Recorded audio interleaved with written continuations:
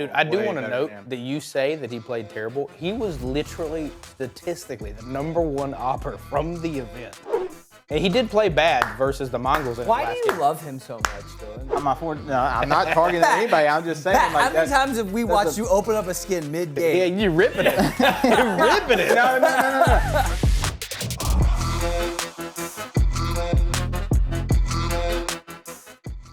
Counter-Strike is the name of the game, and we'll be talking about it today on Queued Up, where the lobby is open, the mics are hot, and nobody is dodging. With me today, Patrick, Davis, Dylan, and I'm CJ. Welcome, guys. Today we're talking about the greatest esport ever made, Counter-Strike, right? Absolutely, definitely not Valorant. Definitely not Valorant. Definitely is Valorant. Oh. That hurts Pat a little bit. We're all good, though. Well, let's jump into the first thing that has happened recently in Counter-Strike, which is the Fissure Playground. We got to watch it. We got to see Tadlock become the champions for the first time. They looked good, but what does that really mean? Because this event, as we've all talked about it previously, is a little bit of it's kind of a mid-event. Not anybody here that we really know or like and love, honestly. Okay, Pat has something you'd like to say about that. It means nothing. That's what it means. Oh, wow. It means absolutely, positively nothing. Now that, side fact, IEM is going on now. Now it might mean something. They won the Battle of the Mid. Congratulations. They did beat in Astralis with their Hooksy come in here, which was nice. And it's not like all those teams are bad. They're pretty evenly matched. And I think that's like the glory of those tournaments is that all these teams are kind of close together. So it's anyone's ball game, right? It does feel like PGL Astana a little bit, like a rerun of that. Right? Just not the spirit there to like. Well, I mean, dominate. Astralis also made it to the grand finals twice, right? So we got there. I don't know. We also got, Tadlock did win $1 million. Like, that's a significant sum of money. Personally, if you gave them $1 million, I wouldn't be like, this means nothing. I know it means a little something. Sure. I do think that's cool. I also think it was impressive to see they played without their actual player G for the first part of the event. Their coach, Zoe King, came in and played for him. G was able to come back for the semis and finals. They were able to get the job done. I thought that was pretty impressive. I think there was a lot of, the tournament format was weird. So you got to see a lot of like really good players like Snow and others compete and look really good. But then also, Payne and some of the other teams didn't do so well in the actual event. Yeah, for those who didn't get to see it, is 4 groups, right? So we had 4 group matches. So there are many, and top 2 from the group moved on, and the bottom 2 got knocked out. And so we did see a couple teams fall. One of the big ones on here, Furia didn't make it through. Only 10 seed. That's right, and so we have the bracket here to show you guys. So Gamer Legion and Saw made it out of that one. It was a close one for the Saw and Furia matchup, though. Yeah, very inconsistent from Furia, I feel like. Like, obviously, they lost the first match 2-0 to Saw, which was kind of, like, weird in my opinion for sure. They couldn't get anything going this game at all. Like, not a single person on the team could really get anything going. But when they bounced back and they played their second game right here against Wildcard, I mean, they actually turned up massively. Maladoy was, like, insanely positive. He went 40 and 8? Yeah, he's 40 and 8 for the series. So, like, he was literally like unkillable. So once they won that game, I was thinking, okay, well, maybe they're gaining some momentum. They'll be back. And then you see right here, Saul, they play him again. Do manage to take a map this time, but still just ended up getting knocked out. Yeah, I think Maladoy and Queserado both played really, really well. I mean, the problem is falling at times. We got a little bit more bad falling than we got good falling. I still think Queserado and Maladoy both were like top 5 players of the event, even not playing the bracket stage, which is crazy. Yeah. The other one was Group B, and this one surprised me. Payne Gaming didn't make it through, and ultimately they had a great Blast Major in Austin, but ultimately were not able to show up. We did not see them in the same form like we saw them in Austin. Yeah, 100%. I mean, Snow looked still really good. I mean, I'm a huge Snow fan. I think the kid's incredible. I definitely think he's going to be the face of Brazilian Counter-Strike for a good little while, but like you said, another bump in the road. They played a 3D Max team that actually looked pretty hot.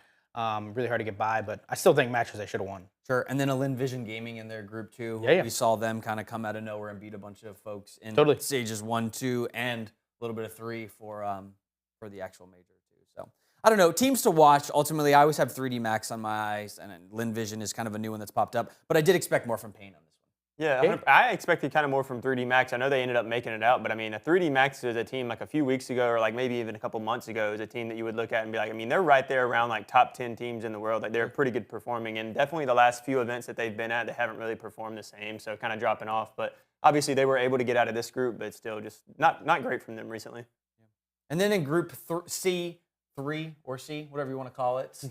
We got to see Tyloo and Astralis make it out of there. And ultimately not the top 2 teams I would have taken from this group. I think Virtus Pro and MIBR look better at times. But ultimately, like we had said, this is the battle of the mids on this one. And so it's like, yeah, I'm a little interested to see how this goes once Cologne really starts getting like full underswing because like Virtus Pro, for example, with their new changes with Perfecto, I kind of expected them to come out a little bit better than they did. I mean, losing to MIBR right here 2-0, they kind of got smacked, which surprised me a lot. And I'm not saying that Perfecto is just like some god that's going to come into the team and just change them around because they weren't on great form anyway. But still, I did expect them to, in this group, it is a tough group, like as far as ranking-wise, like the teams are ranked really close, but I really expected them to make it out, and they just fell flat.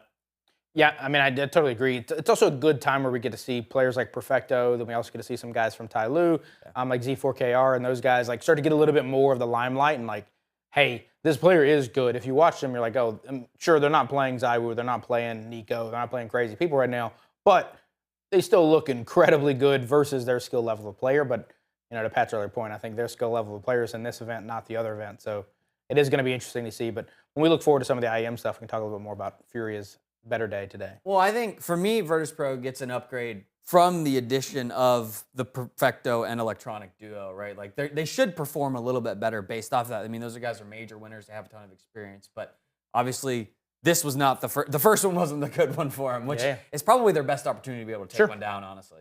Well, I really do think just like kind of excluding Vitality, like Vitality is obviously the giant of Counter-Strike right now, but if you exclude them, I really think the field's like becoming really, really even. And I think you see that in this event, even though there's no big dogs there, like we talked about. Payne was one of the great performers all the way into the Major 3 and into the playoffs through the Blast Major. And they're getting double bounced right here in groups and they don't even make it out. So I think it shows that like any given weekend you show up, maybe people prioritize events over others and maybe that's like a problem that is happening or like unfolding in front of us. But at the end of the day, teams are beating teams that probably shouldn't beat other teams. Teams. But teams are just beating each other back and forth. And so I think it shows that like there's a very even playing field below those giants. No. I said this on the last episode. Payne had the easy bracket. At the major, they had the easy bracket. That's why they made it so far. Who'd they face on their side that was worthy? Furia, who we're talking about now, is just falling off of a cliff. Falling. You had the Mongols on there. Okay, it's a good one. I'll give that one to you. But then I think they had FaZe. FaZe was the other one. Yeah, who also were not performing. It was like the underperformance side of the bracket. They got their time in the limelight, and now they're playing down here in the Fissure Playground, and they're getting smacked. VP honestly disappointed me the most, as you were saying. They made these changes, and I had them doing really well in Fissure. That's who I thought I was rooting for to win. And they're just getting smacked. They're even getting smacked in IEM. Like this change is just not going good right now. It's also different too because you know you look 5-10 years ago when you have Toss on the team and you have that old VP killer roster. It's like you got VP and NIP like throwing blows every weekend. Where it's like now it's like the meme with the stick going do something. And it's like I do think the change. I do think Perfecto and Electronic are good moves, but it's like it's not going to be Vitality. Like it's not going to be Falcon. It's not going to be Spirit. It's not going to be any of those guys. I'm right there with you. Well, and then the last group for this one, we had Complexity in there with Bet Boom Big and Heroic. And that one was one where I thought Heroic would push through, and obviously they got 0-2'd on that side. And, you know, Complexity, I think for us, there's an NA team that we can root for. We like that. The Great Hope. The Great Hope. But that team does not, their upside is just not there for me. What upside? Yeah, exactly. What upside? They played the 2 best games they might have played in the past 6 months in the group stage of a team and of an event where they're playing, you know, teams that are non-significant. Yeah. Well, I mean, Tulzerk, Grim, right? I want them to perform. It's like totally, 100%. Average. You know, I don't know. I just don't see the upside with those guys. So yeah, I think that there's the upside is there, but it's just not anything like crazy to a level where they're going to be competing with Vitality or anything like that. You see them like I think they could end up winning an event like this. Like they could be one of the best teams here at this event, but they just didn't perform throughout the playoff. Yep. And when we did get to the playoffs in this one, ultimately they fell to Saw in a best of 3. So. And it's one of those to me where right now it just feels, and this is like, it's going to sound like hearsay and very morbid for America, but like in the current cadence, like we're trying to put an MLS team against European soccer squads. And it's like until you get an Elige, until you get some of these killers to come back and form an actual American God squad like Cloud9 did, it's like, dude, we don't have a chance. Like, there's no way an average group of Americans are going to beat an average group of Danes. Like, it's not going to happen. Yeah. 100%. I mean, you see it not only in like professional play, but you see it all the way through like going in to face it in the like solo queue games. I mean, you had the Europeans coming over here for the major and talking about how like they're playing with these guys and these are like the top dogs. You don't know America. smoke. They're like, yeah, you don't know anything. So it's just, I think the whole just level of play across the board is just a lot different. And it's also tough too because now when you look at Tai Lu, you look at Lin Vision, you look at some of these Asian squads too. It's like we're not even second. Yeah. We're third. Asia's beating us. It's, Exactly. We're getting smoked. Well, and Dead last, baby. from a Tai Lu perspective, I love rooting for Tai Lu, right? And they're kind of like, I view the Chinese Mongols in a lot of ways, right? So here we go, right? But they've been around forever. And I say forever. Many years they've been this mid-pack team and they have not been able to pull out a win. So it is cool to see them get a win, especially against a name like Astralis in the finals, right? Now, Astralis has not looked good for a while now. They have a couple additions that have changed the game for them, maybe. I say that, probably not, but Not significantly. not significantly. But ultimately, it was, you know, when I was watching the Tai Lu versus Astralis match, like, Astralis had a shot in the Mirage map. You know, when we went to that one, like, they could have taken this series pretty easy off of Tai Lu, and they just weren't able to do it. Totally. I mean, to me, it's also, and we spoke about this on Skill Diff as well, like, it's the concept of these events are really cool because you get to have players that, in the nicest way, don't get an opportunity to experience wins because Vitality exists, because Spirit exists, because Falcons exist. This teaches them, hey, in a week-long event, this is what it takes. Here's how you have to play. Here's what it looks like. Here's versus your skill level competition. Here's how you can win. Now, can they translate that over?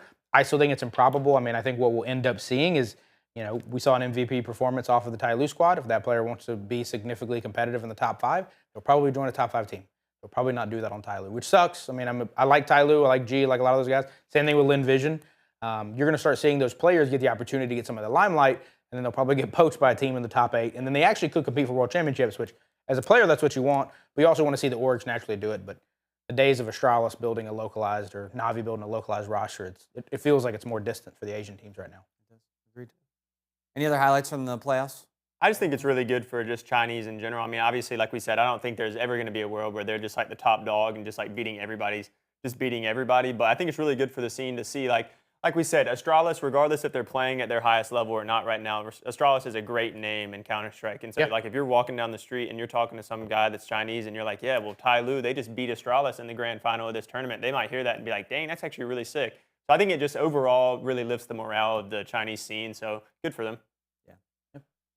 And I mean, this is one of the first stages that, I mean, we saw Huxi before, but Huxi was back for this one. And I don't think he performed in a great way for the grand finals for Astralis, but that was kind of the hope that I was putting on to try and see if they could take it over the edge. You know, that was the X factor, I guess, if you would. To give a little confidence for IEM. Just a little bit. Yeah. But it is cool for Happens. Tai Lu. There you go. Yep.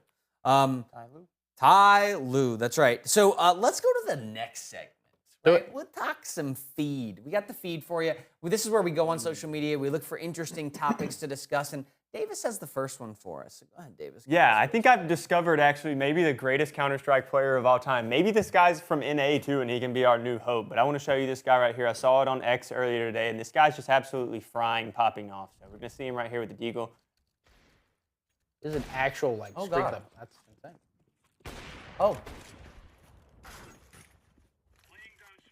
Oh, wow. It's weird. It's like he knows the guy's there. He just knows. He has like insane His game knowledge. game sense is insane. He has Wow. insane game sense. Like he just knows this guy's playing this angle. He's just gonna wait for the molly. He's just gonna swing it. I didn't know you could shoot that deep to that wall. Holy mother. Oh, wow. Nice shot. This is some S-tier gameplay right here. Like if we can get this in NA Counter-Strike, I think good we can start volley. taking down Vitality and competing for real. Yeah. Now I saw that, and I just wanted to point it out because I've saw since season 3 started, there's been a lot of commotion with hacking and stuff in like the competitive scene, and I just thought that post was insane, so I wanted to show it. Yeah, no, we've all been playing Counter-Strike a good little bit. Yeah. But I mean, I did play a 20K the other day, which did feel like he was hacking. I'm not that good, and I should not be in a lobby with him. Other than that, though, I don't think I have seen a single hacker since I have returned to Counter-Strike in the past 6 months. That's not to say they're not there. I That you're have aware of. Correct. 100%, and I'm the same way. I have not been like rage hacked or like blatantly hacked against yet, and that's what a lot of people on X, that's all they're talking about is how there's like blatant cheaters just rampaging through all these lobbies, and I'm like, I don't know, I just don't see it. I guess they're too high ranked for me. Well, I'm not a person that like is quick to accuse. Like I don't like to jump to the conclusion of like, oh, they're hacking, because it's like I feel like a lot of people in my lobbies do that, and so I try. I was gonna say, can you join my lobby? Because that's not what happens. Oh, It's- really? A guy gets peaked mid. It's not. He's hacking. He's done. He's hacking. Yeah, exactly. It's like, I don't know. You just ran out mid, bro. Yeah, and so it's like it's one of those things where you're like, I don't want to be quick to accuse, but I also like I don't investigate it enough to know if really there was somebody on the back end, because you were talking about. You actually watched a VOD of that player that you. Well, yeah, I mean, he would been like 39-3 or something like that. I mean, he deservingly, he might have been hacking, but if so, he's really good at faking it. And I think there's moments where it's like, there's been one moment, I think I was actually playing with you, where we basically cleared out mid and dust 2. We were going up towards B site, and there was no reason that a person should have peeked behind him and thought there was a lurk, and a dude did immediately shoot me on alert. And it's like those moments are like, it feels suspicious, but other than that, like, I mean, if you're also just not stupid and like obviously hacking, it's like you could be discreet about it. So I mean, like to Pat's point, we could have been playing hackers, but like if you just use it every now and again for some intel and play it off good, like it'd be so hard to determine. Yeah. we hate that. Then we need the VAC 2.0. 3.0, but they can't 3.0, use, sorry, 3, 3.0. but 3 is not allowed with Valve. 2.5. I also think we need to bring back, which I don't know if this is still a thing. I'm like 99% sure that it's not, because I think I would have seen it. But the old thing where you used to freaking watch the people and like judge them, we Overwatch. need that back. Yeah, the Overwatch back. 100%. That's like 10 times better than those people watching React channels or whatever. I would just sit and watch OniPixel, just ban people. Like Me that. too. Just let me That'd be watch that. That'd be hilarious. so satisfying. I'll be that. I can make the determination. This guy's definitely cheating. That guy was And then it's just definitely like the cheating, by the unlucky guy way. who's just like having the game of his life Yeah. popping off. He's just back banned. You get those a lot. Just a good player playing, and you'd be like, But that's also like the ultimate compliment too, is when a dude's like, "Oh, clearly Green's cheating." It's like, yeah, he is. Yeah, he is. Yeah. I'm walling, brother. Yeah, dude. Dylan, why don't you give us yours? So the one I actually had called out is going to be this event. Obviously, has a ton of money in it. Ty Lue becomes the 22nd team to make in excess of $2 billion in Counter-Strike. Now, most of that money has been ballooned recently. You can see here is the list of all of the top teams that have made over $2 million. Na'Vi, historically successful franchise over the past decade. Charlotte has had crazy runs, FaZe, Vitality, G2. Some of the highlights there, though, is Spirits at 4.09. Over 50% of that money came in 2024. They did over $2 million last year. An incredible investment. That's one of those profitable organizations, and they actually rely really heavily on prize pool. Another highlight of that is in Vitality, just in this year, they've done 2.4 million. Just this year. Now, don't get me wrong, they've been on a monumental streak currently, so the 2.4 is a little bit aggregate. But Counter-Strike has more money than any other game. It's super impressive, but is this motivating for esports or demotivating if you play something else? Dude, I think what it does is it creates stability, because if there's For a guaranteed game. money for a game, that's right. Yeah. So then you can have, I think one of the things that orgs struggle with in a game is like a lot of off-season stuff. So you're Sure. paying a salary for a team that's not playing in the off-season, or they're practicing or prepping for the season. Rocket League is really bad about this, because there's like a 4-month gap in between. You get like 3 seasons, and there's 8 months of the year they're not really playing. And so it's like, that's really impactful. The prize pool money is because you're playing a lot, so you get an opportunity to win that money that then helps offset your costs. But the other one that was really surprising on there for me was Heroic. Yeah. Right? Like they were one that just played, right? And they got some money, and they haven't won a lot as far as like big events, but they've been kind of those mid-pack teams that make it into the first stage and get some prize pool money. Yeah, and they won an event similar to Fissure Playground about 3 or 4 months ago. That was another high-dollar event, but it was just like Ty Lue. I mean, Ty Lue has never been an S-tier team. They've never been a top 10 team, but they've made over $2 million. Almost all of it's been in the last 18 months. I mean, we have EWC coming up, and there's a lot of events. IEM Cologne right now. it's constant. So it's constant. So I'm actually surprised that number's not bigger for any of those orgs. The crazy thing to me is I quickly pulled, obviously Call of Duty fanboy here, but I pulled from a COD world. There's 3 players. They've obviously played together. Abizi, Simp, and Selim have been a part of the modern era. They have made 1.5 million. And if you look at the most winningest player in the history of Call of Duty, Crimsick has made 1.4 million. That's the first player on the list from Optic. There's no Scump up there. None of those guys are up there. And it's crazy to think that Crim won over 30-plus events and was the most dominant player in the history of a game that pays pretty well. And he can't even be on that list, which is wild. That is wild. pretty cool. That is. It is cool. It's gambling, but it's okay. Well, That's prize pool. That's prize pool money. Because you also got to think, that number is probably low because the orgs are talking about stickers and Why pretty do you much say it's gambling? I mean, they definitely pay to have their names up there. So For sure. so that in return, any money given to the organization or tournament organizers to help offset costs of production can always up value of prize pool money. Because obviously, I don't know the Fissure Playground's background or where they get any of their Streamed funding or on anything. Kick, so you got a good idea. But it's like they took a Kick exclusivity deal, so it's like you take all these deals, gambling, Kick, whatever, and that helps fund it and pay for it. And I mean, all in all, sure, these organizations get paid. Their players can get paid. It's better than a lot of esports, which is cool and great and fine. You know me, man. I just got a problem with the gambling. That's all it is. I do think I think Sponge had brought this up on the HLTV, one of their podcasts there, and it was talking about the sticker money and then also why Valve didn't want to put that in the prize pool. Because when you look at a Dota event like the International, that might be a $30-40 million prize pool. Weirdly, Counter-Strike thinks it would dilute the other events. If you have an event or two that is 30 million, then the others are only $1 million.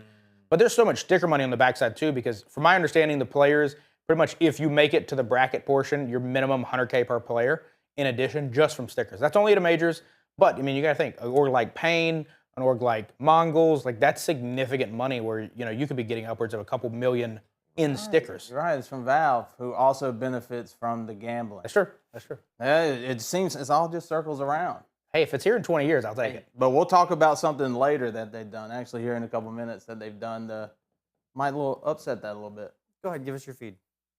So my feed is actually about the last major compared to IEM Cologne, which is going up right now, and which is actually about how IEM Cologne will be better than the major, even though this obviously is not a major.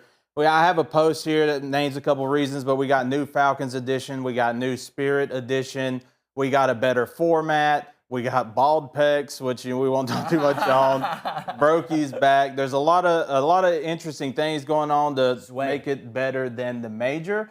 I don't fully 100% agree with this. I think it's an interesting post because I do think a lot of it is better. Obviously, I like the better format. I'm not a big fan of which they had 32 teams. It's a lot different, but the BO1s into the threes at the end and just all this. I think this is a lot better format. And some of these roster moves are very exciting, which hopefully will help even out the playing field within the top couple teams. There's definitely a lot of changes among the top rosters. I think Falcons is one that is up there for me with Yusuke showing up, right? And then Spirit's the other one where they have 2 new players on that side. And so it's like, I say 2, 1, Magic. But ultimately, it's like those are the 2 teams I'm looking for the most out of that list. I mean, it's going to be exciting. I think that the funny part about some of that list is, as we started the day already, we've kind of seen that some of this stuff isn't going to be as exciting as we think it should be, which is unfortunate. I mean, like, for example, we want to pull for NA. FlyQuest decided to play Fury today and kind of got smoked.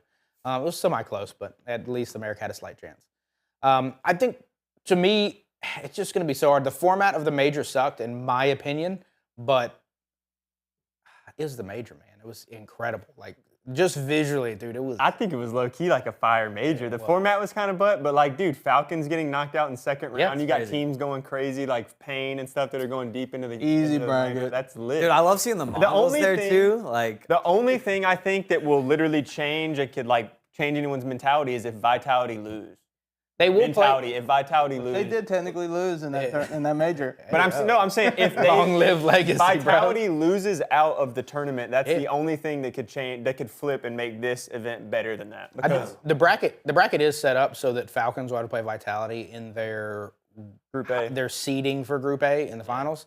They're both going to end up in the upper bracket final. Yeah. But the problem with it is, like, dude, looking at the major, is anybody taking Falcons in there? Like, what's the line?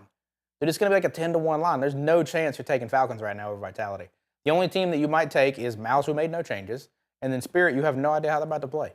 Other than that, like, what belief do I have that Vitality isn't about to just walk through? If they lose, it's because of them. It's not because of somebody else. That's where I'm at. Potential changes could make the difference. Maybe. We definitely ain't going to see no. Hey, no hair in Apex, his headphones might not sit the same. So, like, maybe his audio is not as good. He's just trying to be like his coach. Yeah. I'll do mine real quick. So the Fissure Playground was streamed on Kick. He's basically the same. And I mean, it's interesting, this battle between, I call it the purple monster, the red monster, and the green monster, because we got the green monster in Kick, we got the red monster in YouTube, and the purple one in Twitch. And they're all very Special. they're the same but different, right? Like there's not a lot of difference between, it's a URL I type in and I watch on it. So like I don't really share this sentiment of this fine fickleberry.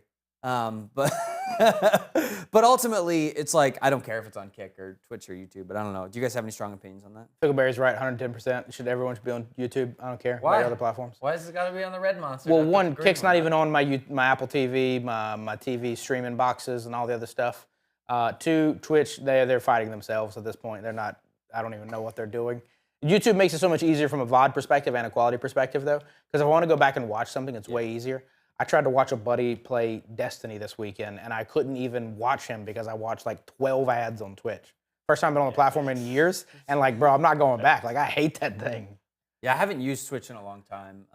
One of the things, this is part of like the graphical representation of Fissure specifically, because like the graphics were kind of cool. So like if a team had won a couple rounds in a row, like their logo would start to light up. And so just like a little bit of nuances that were a little bit different that I thought was cool.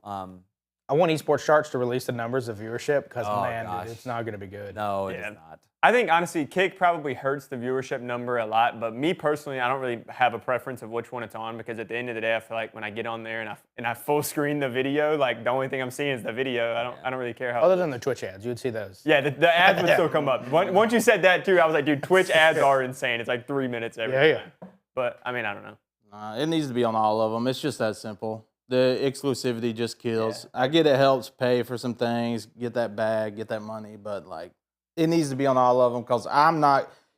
If this was not my job to do this, I would not have watched that tournament because I would not have went to Kick. It's just that simple. And I'm sure there's others like me that would just go in that because they hear about it, but then they don't see it on YouTube or Twitch, which technically was a rip on YouTube, so you could.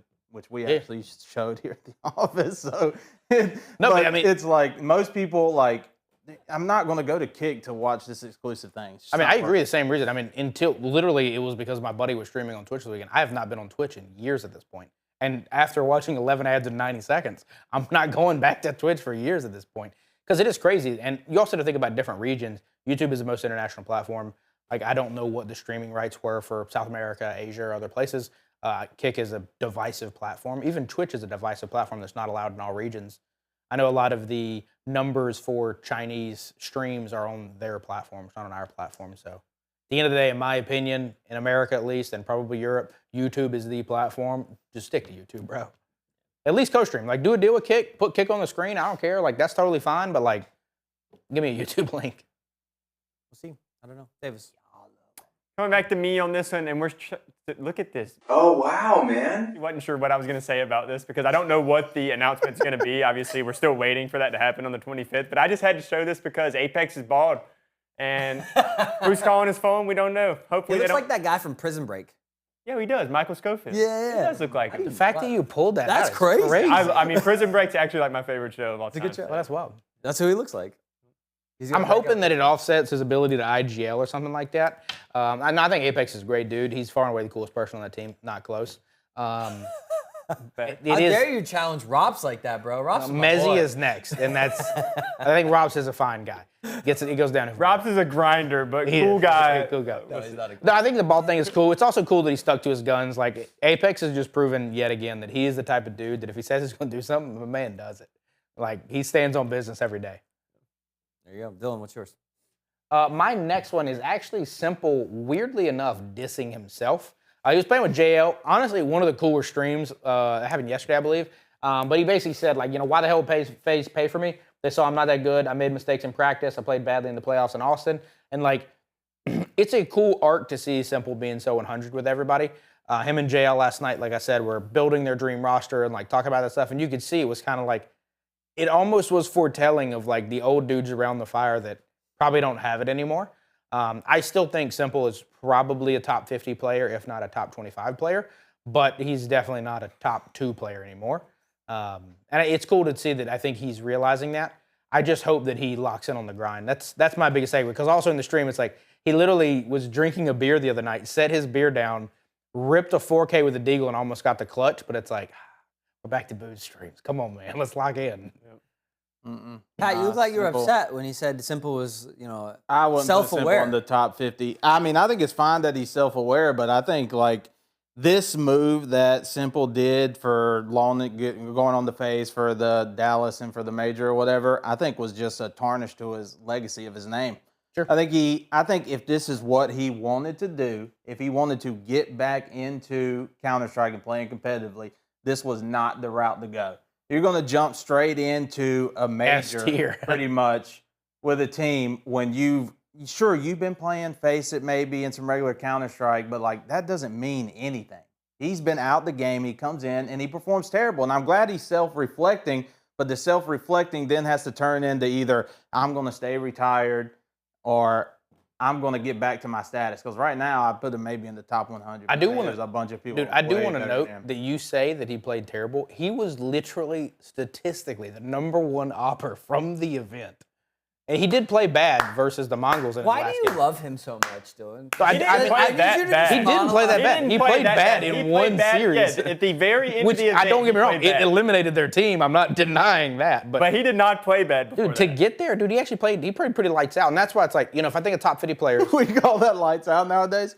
That's Well, I'm just saying, if you think For about his return to Counter-Strike, like you're saying, he played pretty lights out against all these S-tier teams. my point though is if you look at top 50, that means there's going to be 10 oppers basically if we're looking at roles, right? And it's like, yeah, absolutely. I'm taking Mondesi, I'm taking Shero, I'm taking Zywoo, I'm taking a lot of these cats over him. But it's like when we get 9, to 10. okay, You just we're keep at 4. going down Yeah, the keep list. going, keep going. Just keep going down the list of every opera within the Towards top you, like maybe. 20 teams. Towards sure.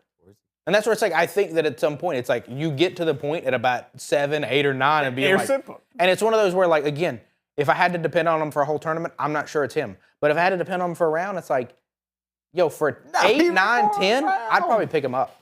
Crazy. Because like, who's the 10th? Furia right now? You mean Furia wouldn't want him? Fallen. I mean, they took Fallen, so they'll take anybody. But Exactly. It's the ninth team in the world right now. Take him for his namesake. It's the same reason why FaZe did it. Yeah, but he still performed at times. They literally played better with him than Brokey, which Everybody is performs crazy. at time, which is not crazy because FaZe has been trash. He think he it- performed better than Brokey. Congratulations. Honest. Obviously, he's not going to be the greatest player in the game again like he was. But, like, Yeah. top 50, bro, he's definitely top 50, bro. He's You're crazy. for sure, no question, top 50. Okay, you're I would give him top 50 if I only include oppers. If we include every role in the game, he might be top 50 now. top 50. No. It's just some hater. I mean, So many I can hate riflers on- and IGLs that are way better player than he. I can hate on S1mple, but I do like he did perform average for what the expectation of was, which is above average for most people. I'm right? going to be Like, honest. In my opinion, I thought he performed above what I thought he would do. Totally. Because like you just said, he hasn't played in years, bro. All these other cats that he's going against are playing every single day with their team grinding. He jumps into a team, takes them all the way to the the quarterfinals of playoffs, stage 3. That dude popped off for his first return. And it's also like I am anti-stats Andy of being like, oh, he's the #1 guy in the HLTV rankings. That's what you just started No. this But what I'm segment saying with. is like, you can't be. The argument is Zywoo 1 or 2 on that? And it's like, dude, to be 1 means you didn't play bad. yeah. Like you might not be the best, but like, dude, you're not bad. You're in the top half for sure. definitely. I like watching him play. I root for him when he plays. I've found this. It's contagious. Stop. Yeah. No, it's a shame. I think It's it goes a back travesty. to our earlier points too of like people saying, "Oh, these teams aren't that bad in this mid tournament. They can compete." It's like, dude, if we're giving this guy who's been sipping beers on the beach this high of a rating, like, what are we doing with all these teams down here? Yeah, my thing is, any of those teams in the Fissure Playground, maybe not Astralis, removing Astralis from it, if any of those teams had S1mple on their team, we would probably all be like, that's probably an upgrade. 1,000%. And that I think team's so, too. competing for $1 million. Yeah, 1,000%. Yo, like Ty that's Lue, a team Ty Lue competing for S1mple, that sounds Well, pretty sure, fire, we bro. would probably do that because we're all basing it off of old facts. We're all basing it off of no. the simple that No, works. and No. I think that was Davis's point of like, if he comes in and he plays on, the 19th team in the world and shows that he is better than the 19th team in the world, then sure, maybe can get a slide on the 8th or the 7th, or you might get an outside chance of making a run. FaZe is not that highly rated of a team right now, and that's what's like. I don't think that's a bad move. But to say he wouldn't be deserving to be in that mid-pack tournament would be crazy. I didn't say he wouldn't necessarily be deserving in the mid-pack tournament. I was just saying. These are top 50 teams. I was just talking. No, 50 teams. I said 50 players. Okay, not 50 teams. Okay. But one opera player, same thing. No, and I'm not talking about just some of them in the game. See, stop misconstruing that. 50's I a was lot just of saying that we were. I was 50's just a lot saying of that we players. were just talking about how the mid teams can have a chance at this tournament, IEM, whatever this, because they do this. But yet we take S1mple, who's so average at the moment, if we want to give him that. But we would put him on a higher team because it's just like there's this group of teams at the top that are just way better than everybody else. S1mple can't hang right now. Yeah. Not saying he can't get back there. For sure. It's all it is practice. I'm just saying, and I'll end it here because we've been talking on this subject for way too long, but that he tarnished his reputation with that, and if he wants to get it back, he needs to step it up or go back to the beaches and give up. We'll see where he ends up. He's going to play somewhere. In the last feed segment, we are going to talk a little bit about trading issues for Counter-Strike. We've got some things going on, which is essentially A travesty. It's a travesty. Travesty. Right? A travesty. I don't know if Valve is trying to just kill trading or what exactly they're trying to do to regulate it. But ultimately, one of the things that you can do within a week is, I think it's revoke a trade. Or Undo. Basically. undo a trade, right? So if I give Davis a $10,000 knife and Davis gives me $10,000, and then in 6 days I want my knife back, I just take it back and I keep Davis's $10,000. That's a little bit of an issue. It is. It's a big issue. That's a freaking massive issue. I think the market. Davis, it's just because it's $10,000, okay? That's why. You're good, bro. Take it back. I think the market only lost $600 million since that happened. Only. Good. How is that Captain good? Haterade. What are you doing? He wants everything to What burn. are you doing? Instead of having everything like Valorant get to better game, he wants every game to crash to Valorant No, it ain't standards. got nothing to do with that. It's just, dude, this all revolves around the gambling stuff. So I don't care. Any changes they do to fix It doesn't this even this- revolve around This is gambling. not gambling. It revolves around the gambling because the prices of these skins are so high is not because the skin looks cool. Okay, it has nothing to do with that. it's It's an because artificial value that we've given all this stuff for artificial skins in a game that we sit here and put these monetary values on and we gamble for it and it's blowing out of proportion. Yeah, but that is what is happening. It's no different. Okay. It's no different than comic books or stupid trading cards or That's Pokemon. physical. That's physical. You actually own that. You do actually. You actually sitting here own the making- account. You No, can I'm sitting own here- the skin, That's a right? virtual item. I can't believe I'm sitting here making this argument. Okay, that's physical versus digital. Sure, you technically own it. Are you a boomer? What is going on? We're in a digital world. Are we going back to NFTs now? Okay, Yeah, so it's- I own No. this image. I think no. I do think. please. I do think your argument though is like NFTs versus cryptocurrency is gambling versus skins because I do think NFTs can be a scam. I think cryptocurrency can be legitimate. I think gambling can be a scam. I think skins can be a digital currency of sorts, right? Like the fact that a dragon lore is rare has nothing to do with how much or how little it's gambled.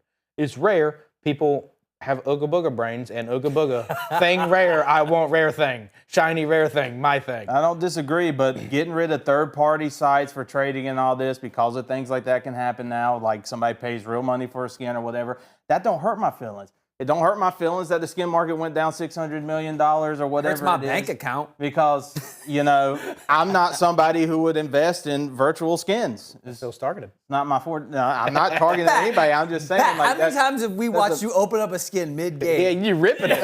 You're ripping it. No. You see, No, you're no, trying to turn the argument. No, I do think that your argument is somewhat misaligned because I do also think you're a hater of Valve. And this to I'm me is not just a hater of Valve. this is just a cash grab from Valve. Valve is basically being like, hey, the skin market's getting 10, 15%. We want our marketplace 10, 20%. But the problem is until they increase the cap of items to be sold over like $2,000 to $4,000 in the US, it's like if you have a $10,000 knife, you're gonna sell it for $2,000? Yeah, exactly. No, You're not selling it for marketplace. $2,000. Like it's not happening. So This is an issue. Maybe they will. Maybe they will. that'd be raise sick. it up. If they do that, I'll Because never leave I the think market. it's better for safety reasons of all involved if it is all handled on Valve's thing. Oh, I and agree. maybe Valve in the future can turn this into where we can get that money out in some way instead of having to purchase other things or Are buy we things. still and sell talking them. Or we about- sell, like, what do you mean? Like somebody buying 20 Steam Decks and selling them in the office? That'd be crazy. Yeah, like stuff like that. Instead, Valve could just be like, Who would do that? you can exchange this money, like we will give you the money and whatever. Oh, they're not going to do They that. ain't giving No, you money. they won't. They won't because they want How you to else just is spend that Gaben going to back on enjoy that. time on his boat? Dude, he got plenty of money. That's all I'm saying. I know he work, go scuba diving, go work, go scuba diving. Yeah, he's living large off of the backs of gambling. I don't think he is. Let's go to the next he's topic. We're talking IEM Cologne. It's going on right now. We've been watching the matches that have been going on for the initial group stage. There's been some upsets, but ultimately it's kind of been a status quo, I guess you would. But we do have the intro for IEM Cologne, the intro videos. They do such a good job with the videos, right? So we're just going to play it for you real quick. They will come. Your rule will be challenged. Do not relent. The chalice awaits.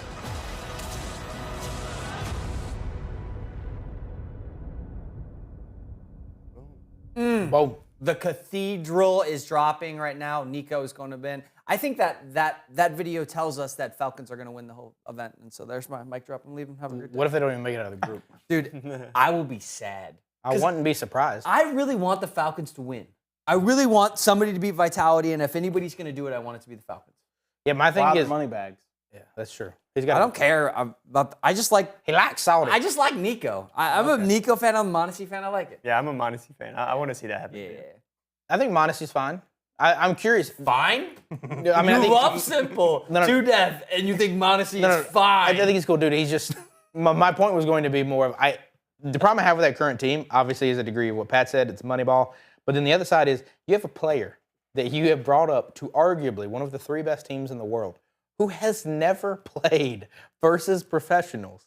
And the first thing you're going to be to do is, hey, see that guy right there named Rops? Yeah, go beat him real quick. Good luck. Godspeed. Who's like arguably the 2nd best rifler in the game right now. You're literally sending this poor kid to slaughter. If he wins, dude, I'm going to be stunned and impressed, and it'll be the most impressive debut I've ever seen. But I have a good feeling Rops is about to hands this kid. Yeah, I'm not big on the Falcons for this event just because of that. Like, he is brand new, and he's coming into a team for the first time playing at the professional level. But I just hope, my mic drop is that I think Vitality is going to lose. I think this little tiny break that they've had and just the high that they've been. Yes. Who? I don't know who it's going to be. Who is taking down the Giants? I don't know. I guess this is Hopium and Copium. Yeah. This is Hopium, but Vitality's going to lose. Don't know who it's going to be. They're going to get knocked out of this event. I'm just sad because Spirit's about to lose the match. Okay, let's play the game of taking the top 8 teams at a group stage right now. We've got a bunch of the matches that have happened. FaZe beat Big today. 3D Max beat MIBR. Liquid and Pain are playing right now. Liquid's up 1-0. America choked. America choked. Gamer Legion got beat Complexity. Ty Lue lost to Virtus Pro. They did. Right? And America choked again. And then B8? No, FlyQuest? Yeah. FlyQuest. Okay, yeah. Furia beat FlyQuest, and then Australis beat B8. I mean, for me, FaZe for sure. I think FaZe. I think they look really good. I think they're good. I mean, Brokey back.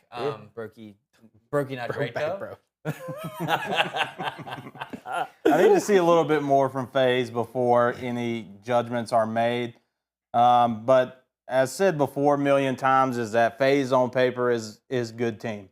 But for some FaZe reason, on paper with the talent they have, should be a good team, but yet they have failed over and over and over again. So I'm with you. Frozen Rain, like that's the team for me, right? Like those two can carry them. I think those two with Kerrigan.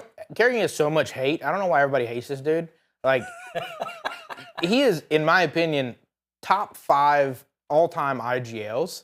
And sure, he's like 34, but dude, there were moments that 34-year-old man was slaying. Popping off. And it's the same thing, Apex, dude. Apex is our age or older, and the dude is like at times top fragging for Vitality, who have nothing And but shot all-star. calling. And shot calling. He's literally telling you what to do while clicking heads.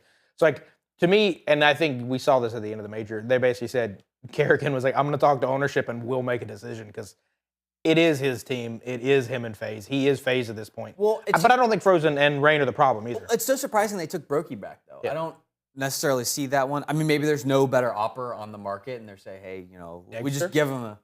I like Dexter. I think Dexter looked that good. Makes sense. Yeah. He also, his sign-off for Falcons was incredible. Yeah. And it's also like, I love Elige as well, but it's like, something isn't working. You can't keep running this. If you're FaZe Clan, you keep running this mid-pack team and being like, yo, we're going to be Vitality this weekend. And it's like, you made a miracle run to play Spirit in the Shanghai Major in the finals. And it was great. And you almost snuck a major out of it versus a young Spirit squad. But since that moment, they have not looked good. I think bringing Brokey back, it is a comfort thing, though, I think, in my opinion. It's like you don't want to take that gamble. You know that he can perform at the highest level, and it's just like maybe he needed a break. Maybe he needed time away. You don't know what he was going through in his life, but hopefully he comes back and is able to perform at a really high level for him. Didn't you do the thing, the clutcher kick, where he wasn't logging in any games until he said he was come back? So, it's one of those things of like, Brokey, sure, I would have been big team Dexter. I think that's perfectly fine as a choice. Obviously, S1mple, they couldn't pay for him, which is understandable, but also believes, like S1mple said himself, it's like you wouldn't want to pay $5 million for that, for average mediocrity right there. I think, though, I do. This is purely a question for you. Coming in hot. No. This is purely a question. If they said, we'll waive the fee, you can just have him if you pay a salary, you think FaZe should have done that? Like, if you're FaZe's GM, would you have taken that? I think I probably would have taken that deal. 100%, right? And it's the same thing. I think Dexter, I don't know what his buyout was. I'm assuming this probably was a money thing in the end for FaZe. My point is just more of, you just can't keep running the same stuff. It's no hate on Brokey. I think Brokey can come back and play really, really well. And at times, Brokey played really, really well in the spring, but, like, dude, it didn't work. Yeah. Like, you got to beat Vitality, Mal's Spirit right now. And, like, I just don't think you have the firepower. I think Elige, Frozen, and Rain at times can compete. I do think Brokey is a little bit of a weak link, and Kerrigan's a little bit of a weak link, too. So it's, you either get people way above Kerrigan's level that he can help coach in, or, dude, you got to make a huge change. Yeah, this has clearly become the FaZe show. And another thing, I think another thing too is just I just don't see the middle of the pack age-wise talent out there. I mean, I think that's why you see Falcons who went after Kiosuke, and he's so young. It's like, dude, we need impact players that can make a difference. This guy's frying everybody online. Let's take a chance on him, because there's really not that many mid-age players left. Like, you have all of them have solidified roles and spots now, and if they don't have a solidified spot, they're probably not that good. No, I think that's a great point, because also on the games for today, we get to see TL again. And, like, I thought TL getting Suhi in was going to be, like, a reasonably good move. And we also got to see Brokey early in the year move around. And it's like, you get to see some of these players, but really Rop's move is the only one where it's been like, okay, you upgraded. Oh. But then everybody else has been like, Suhi on TL has been just the same. It's fine. Cool. G2 has been losing players like candy at this point. It's like, okay, so we have FaZe as probably one that's going to make it out of groups. Virtus Pro? I want to say so. They're going to play Gamer Legion for the spot. I want to say so, but after their performance at the last event, Fissure, hopefully they were just kind of like chalked out of that event, and we're just like, whatever, we'll just like try to get some reps, do whatever. We don't care if we win, and they come for this event. But I don't know. I'll give it to Perfecto and Electronic. I think they got enough. I believe. Yeah, I'm with you. I mean, enough of an upgrade. I don't know. It's weird because they lost the last event against the Tyloo that they shouldn't have lost to begin with. Sure. And now they beat them. So, and then we have Astralis and Furia. I'm going Brazil, baby. Dude, Old Fallen, Bad I think Fallen. I'm going with Furia too for that. Yeah, I mean, I think Astralis. No, I'm taking Hooksy and Astralis. Yeah, on the other side of it. I think Malado and Queserado are going to probably. They look, in my opinion, they look better in the last event. They just can't carry hard enough. Can't carry. Fallen's an old dude, but maybe he's got a few little clicks left in there. Maybe so. Complexity, maybe through the lowest bracket. MIBR's down there. Be still my beating heart. Tyloo. TL maybe. Team Liquid. Yeah, it goes down there. Maybe. I like Suhi a lot, man. It's just they just not clicking. Well, man. I mean, they're up on 1-0 right now against Pain. Oh, that's good. So I also like Snow a lot too. It's the problem too. Well, Pain could drop down there. I think Pain makes it through. Yeah. I would take Team Liquid and Pain. I would take them too. I think that's a good shot. I mean, they're playing against what, a B8 down here, Big, some of those. Yeah, but B8's another one where in the Matrix they were breaking brackets all day. True.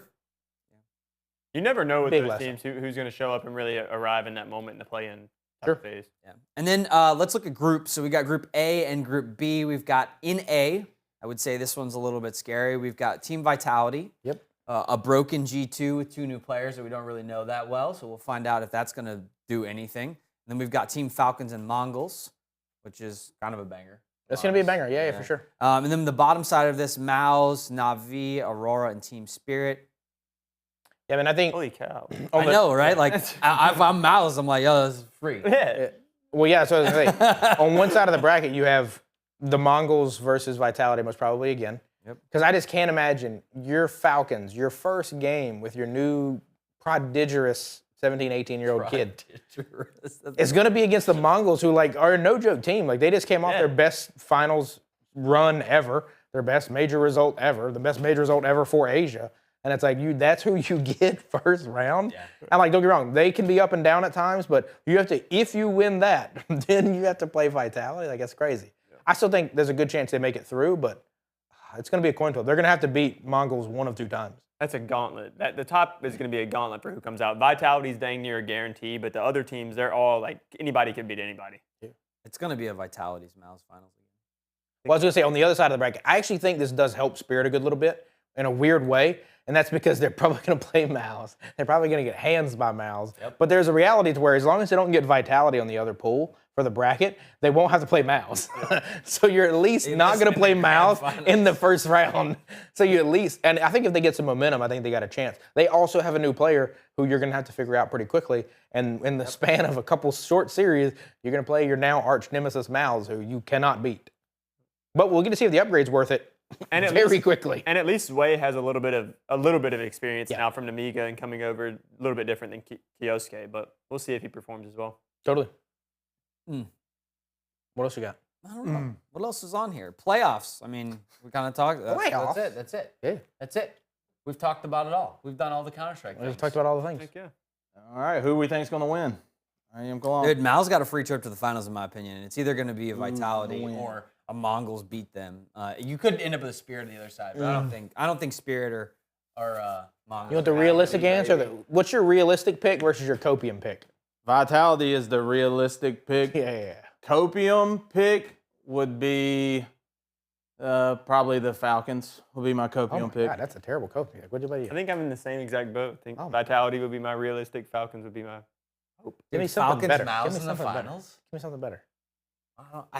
There is nothing. No, I'm not going to bet against Vitality, who has been dominant. No, not your realistic pick. That's Vitality. Okay. Anybody that doesn't say The that's other crazy. side, then Mouse is going to end up playing Group T, 2 or third place. I mean, they're going to play against a Mongols or no, like Mouse. It's going to be Mouse Vitality, and Vitality's going to take it. That's the only thing. Who's the copium? Yeah, who's the copium? Mouse. You think Mouse, I guess? Yes, I mean, Mouse is not going to be Vitality, so no. I'll take Spirit. I think the real cool Oh one my gosh, I knew he was going to say it. I think the cooler one would be Mongols, but I just don't think. I think there's Spirit have a certain percentage chance. I don't think the Mongols have any, sadly. Can you stop riding these people that you like as your top players? Who's you S1mple ride playing for? Donk. Spirit is not it right now, champ. They haven't been it. This is a side. It's just that simple. JL and s1mple last night built out their dream roster to play for. I mean, no disrespect to Chopper, but they picked Chopper as the IGL. That is, I don't know what they know that I don't know, but no offense to Chopper, I think he's a very nice dude. I would never pick that dude.